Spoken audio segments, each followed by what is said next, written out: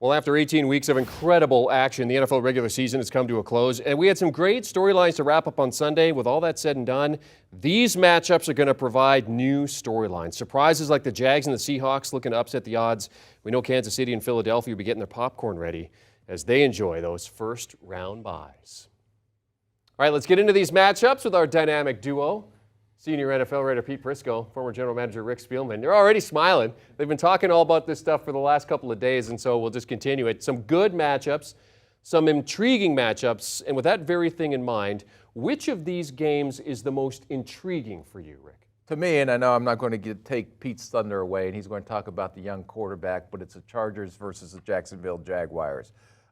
Jacksonville went out there in L.A. and beat them 38-10 in Week 3. Jacksonville's improved through the season. Their defense is getting better. Lawrence is playing at a high level. But also the Chargers are getting healthier.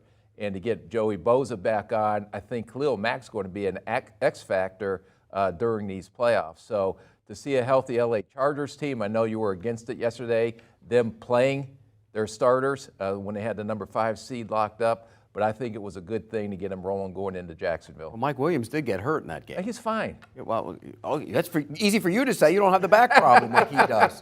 No, he got hurt yesterday, so that's always a concern, but I get it. And you referenced that earlier game. Herbert had bad ribs and the receivers weren't there. It's an entirely different team right now. So I almost went there, but I knew you'd go for the master of the obvious and go for the easy one. So I went for even more of the master of the obvious, the easy one. I went with the Bucs and the Cowboys. Everybody is burying the Cowboys after what we saw on Sunday. They were terrible against Washington, but it's too easy to bury them. They can still rush the passer, and what do the Bucs have problems with? The ability to protect the quarterback, and when you don't protect the quarterback, Tom Brady is a problem, and I think this could be a problem for them. It might actually be a good thing that they didn't play well in what turned out to be a meaningless game because now they get refocused again. Dak Prescott has to be better, but I can't wait to watch that matchup, and we'll have to wait till Monday to see it. Yeah, it's going to be the Monday night game. That's the final of the Super Wildcard Weekend matchups. Okay, so you alluded to it in terms of what you like for a quarterback matchup, Lawrence versus Herbert. As we look at the most intriguing quarterback matchup that you're kind of dying to see, is that the one, or do you have a different one? No, Pete took that low-hanging fruit, so I'll take another one. I'll take Lamar Jackson versus Joe Burrow, and Joe Burrow's playing outstanding right now. But Lamar Jackson hasn't played since December 4th. I don't know if he's going to be healthy. I'm assuming they're going to put him out there. You got him back in there already. That's news to everybody in the NFL. Yeah. You got him healthy. Yeah, no, I got him healthy, and he's going to play this week. But I'll say this. He is one of the worst quarterbacks during the playoffs, and he has like a 68 quarterback rating with at least 2 starts. The only quarterback other than him that has been worse has been Andy Dalton. And also, he's 1-3 in the playoffs. And if he wants to talk about that guaranteed contract, he better go out and prove it. And I don't know if he can against the Cincinnati. You know all about quarterbacks who struggle in the postseason.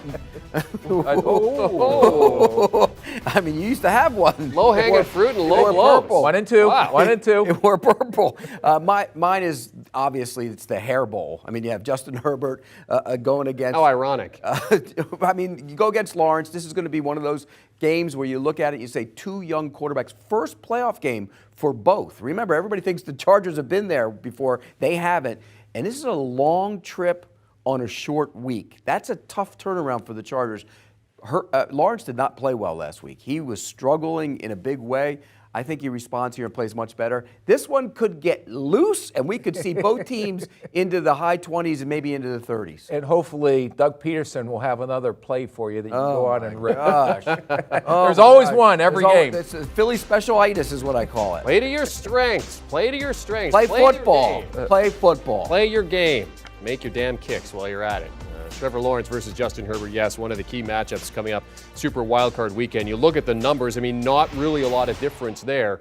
Set to be a great matchup between those 2 quarterbacks and certainly those 2 teams. Okay, based on the early odds, the Dolphins, Giants, Ravens, Bucks, and Jags and Seahawks are all the underdogs as we head to Wildcard Weekend. Pete, which of those teams has the best chance to upset the odds? He knows where I'm going. Blue, Giants. I figured you did. Oh, You know what? really? You got the team in Minnesota who you don't know is that good. They've been kind of a fraud all year long. Their point differential's been You can't be a fraud and win as many games as they've won this When year. you have a minus point differential for most of the season, you can. Yes, you can. And so I think the Giants, who probably should have beat them the first time they went in there a couple weeks ago, should have won that game. Didn't. They will go in there this time around and win the game on their field. So you get points, take them. It's great value. Yeah, I totally disagree with that. Yeah. Kirk Cousins will come through in a clutch like he did all year for them if that gets down to the end of the game. Well, my underdog is going to be the Tampa Bay Buccaneers. Okay. And unless you bury the king, you better make sure he's dead or he's going to come back and haunt you, and that's Tom Brady. And I don't know if there's a better quarterback in postseason play than Tom Brady and what he's able to do. Dallas laid an egg. Dak Prescott was horrendous. Their defense got beat by a rookie quarterback who's never started an NFL game.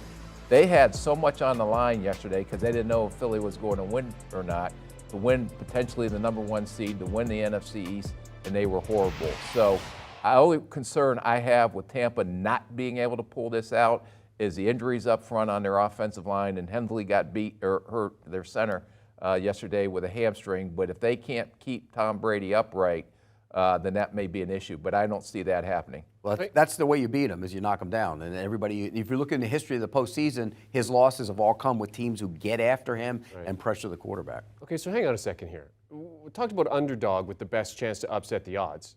You said Jaguars. No. It says Jaguars in the run, and producer Jack is. No, just go with Pete because. So you're saying Giants or I thought you said best bet. My bad. Oh, that's going to be your best bet. Yeah, the Giants are my best bet. Giants are your best bet. But the Jaguars, I think the Jaguars can win because I think the travel is bad for the Chargers. I really do. Is it a defense? Do you think it's going to be defense that wins it for the Jaguars, or do you think it's going to have to be Trevor Lawrence? No, it's got to be Trevor Lawrence. He's got to get back to what he was playing before last week. I thought he got caught up in the moment a little bit and struggled.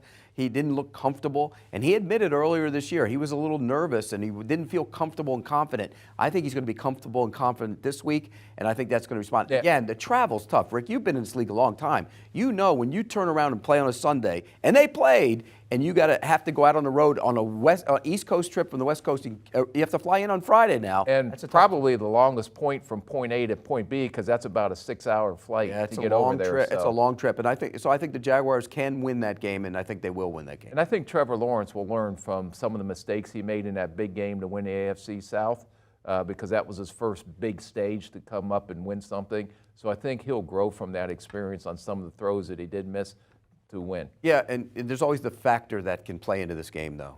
Chargering. We've seen it over the years. Yes. They always tend to charger in big games, and something happens. Is that happens. a good thing or a bad thing? That's a terrible thing. They chargered some on Sunday because they played their guys. That's kind of chargering. Well, it's certainly an important game for Justin Herbert. I mean, you think Trevor Lawrence is going to have more of these games as the Jags continue to build, but for Herbert, it's about him. He's been in the league a few years now. This is a big game for him in terms of establishing. He's already a star, but moving on. One quick point. So you're going to have Chargeritis against the Philly specialist. Is that what you're saying? That's true. Well, chargering against Philly special-itis. That's what that is. Your best bet is the Giants. Ricks, what's your best bet? Just for Tampa Bay. Tampa Bay, best bet. All right, in that early window. All right, Rick Spielman, Pete Prisco, talking about Super Wild Card Weekend, which of course is coming up. And for more on the plethora of storylines that are going to develop over the course of the week, be sure you're listening to the Pick Six podcast. Will Brinson, Ryan Wilson, John Breach, all the super friends gathering and debating said storylines. Download and follow the Pick Six pod wherever podcasts are available. You can also scan that QR code to listen right now.